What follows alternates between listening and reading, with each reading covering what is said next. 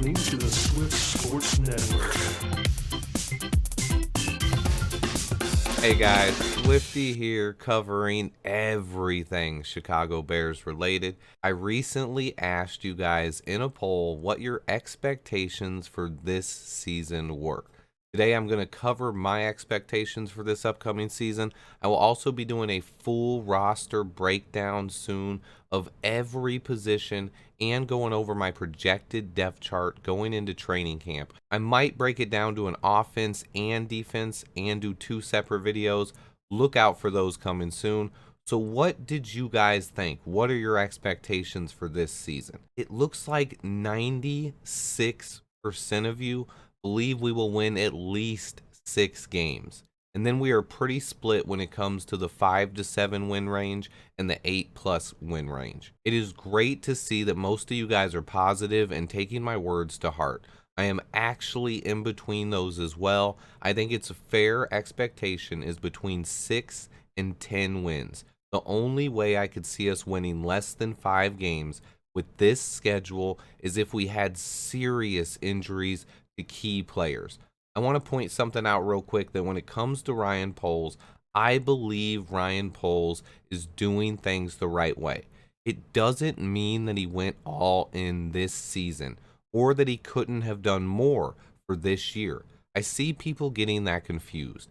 Yes, he could have did more this year. Previous GMs did that for years. It's easy to push cap into future seasons. However, we all saw how well that worked over the last 10 years. It's not how successful teams build.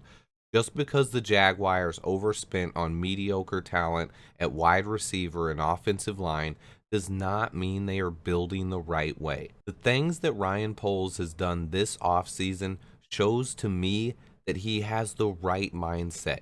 He is focused on finding depth and players with something to prove.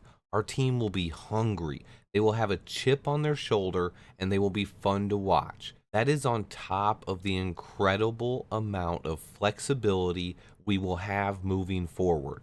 All of our draft picks, for the most part, and a lot of young talent, especially at key positions. Our roster is loaded with players under the age of 25 that have talent. Most of our offense is extremely young and talented, and we have a lot of young talent on the defensive side of the ball as well. There isn't one perfect way to build a roster. There are organizations that have had sustained success, though. It is very apparent and easy to see from charts that long-term success comes from having two things. One of those things is homegrown talent. You need foundational pieces and depth on the roster, which means you have to be good late in the draft and in the middle rounds. The next thing is you need a franchise quarterback. That is right. The number one key to sustained success in the NFL is having an answer at the most important position on the field, quarterback. No matter how good you draft or how much depth your team has, if you don't have a difference maker at the quarterback position, it's hard to keep winning in the NFL. My expectations for the Bears this season are higher than the media by far. I think we win between 6 and 10 games. Justin Fields' development is the biggest factor of our season, and honestly, we have a very favorable schedule. This season isn't really about wins and losses, though. It's about the development of Justin Fields and the young talent around him.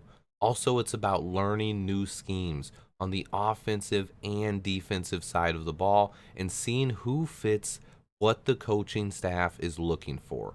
This year is to figure that stuff out. Not all of the rookies will work out.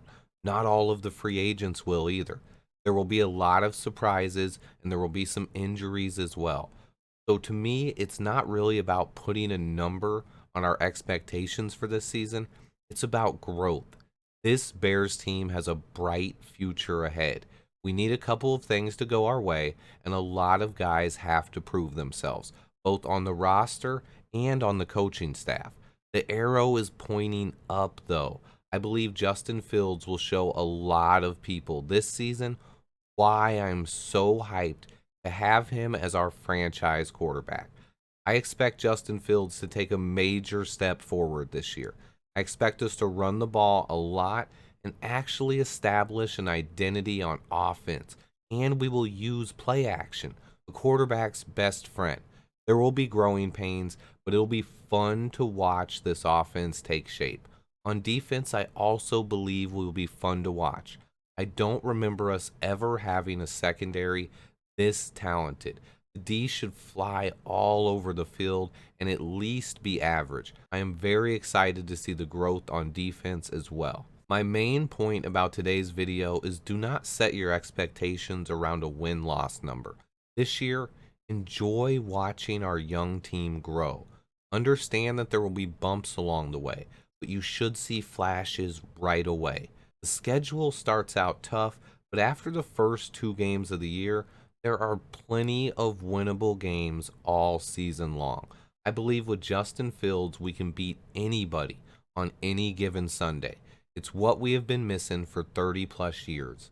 I know Fields hasn't proven it to you guys yet, but I have studied him as much as anyone on this planet. And I am telling you that I believe with everything I know about football that he is the absolute truth. Speaking of that, now that my rookie breakdowns are done, I can finish up some other all 22 videos and breakdown videos and finish my Justin Fields video that I've been working on since I started the channel. It's coming soon. I will update you next week when I should be closer to being finished. I also have position battles, training camp previews, and another depth chart breakdown coming soon. I have a couple of other videos dropping this weekend. Stay tuned. Be sure to hit that like button. And until next time, bear down. Quick bonus for anybody still watching. We speculated that we thought it was going to be David Moore that would be cut when we acquired N'Keal Harry.